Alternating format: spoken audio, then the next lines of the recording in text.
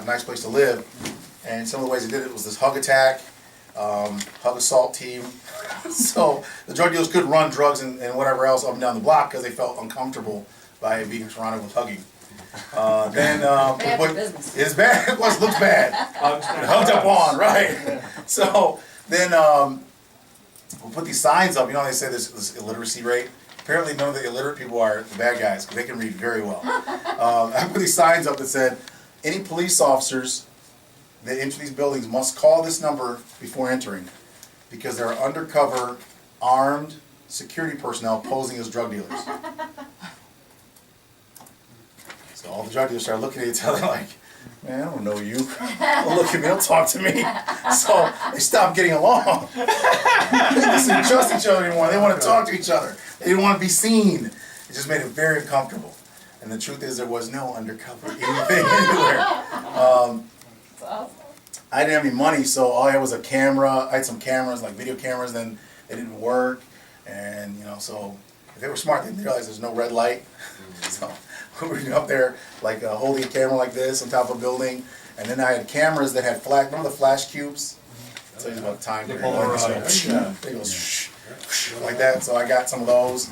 No film though, so just click, put it on top of the buildings, and the drug dealers, what I did is I went up to them and I go, listen, I'm not saying you guys are drug dealers, you could be out here sun tanning, I'm just saying, if you know any drug dealers, let them know the police are looking at all of our footage, and they're looking for people with warrants. I just want to let you know, if you know any drug dealers, let them know that. And they're like, good looking out. He's cool. Next thing you know, no one's out front.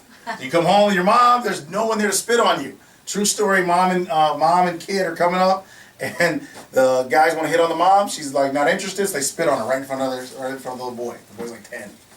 He cannot help because these are about 10 guys, right? And they spit on his mother right there in front of the boy. Right, so he's only mad forever about that. So I feel bad that we couldn't have done this ahead of time. But that's what the impetus was to get him off the front of the building, was we have to make them not want to be in front of the building. We don't have to go tell them to leave. We just have to make them not want to be there. And there it goes. He leaves. They left on their own. Accessing their self-interest. Yeah, in their self-interest. That's right. I'm going to use that. Yep, their self-interest. I inspired their self-interest. I made it something that's achievable for them. And then, you know, the greatest one though was, and I thought this was interesting. I went to this store owner and I said, listen, you know, volunteers, we're walking around, we don't get any money or anything. But what we do is we walk around. Can we get some free waters from you? You know, when we're out in the community. And the guy was like, no. I was like, wow, you give beer to people, and they go around killing people and everything, but you couldn't give us free waters? They're like, no. So what we did do was make a free phone call to my client to let him know that he just saw me and another one of my team members attack some drug dealers on a corner and drag them away. And we got this reputation. We were called the body snatchers. This is something that came from the police department, I found out later. We were known as body snatchers. So I said, wow, I found that out like 15 years later, 10 years later, something like that. They heard that we went up, and I have this film, I still have the footage. We pulled up to the scene.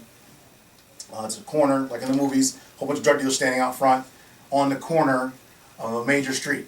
They're literally reaching in cars and pulling out money and standing there.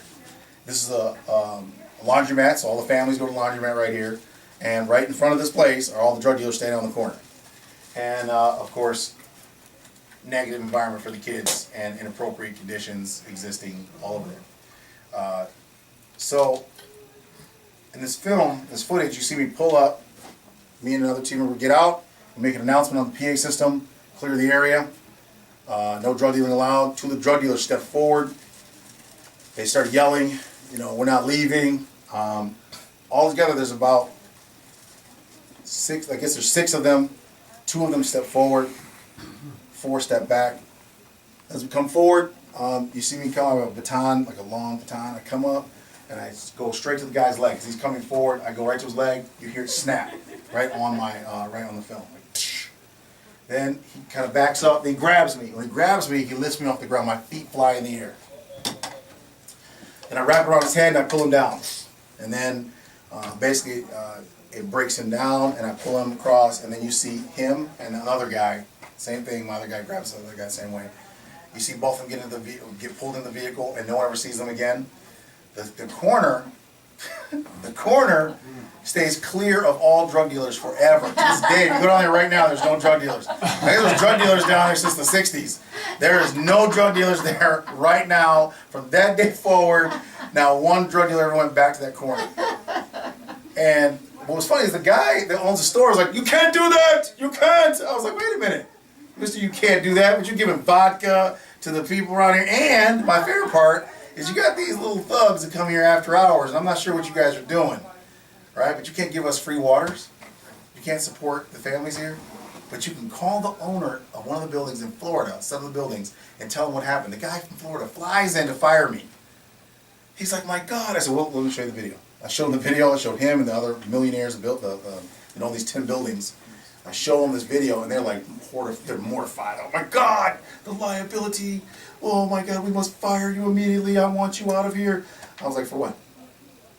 They're like, "For illegal." Well, let me get this straight. I attack drug dealers, and you think it's okay to make me mad in a small room?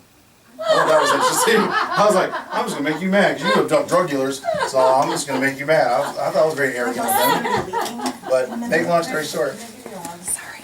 What? Thank you. You're welcome. Danny.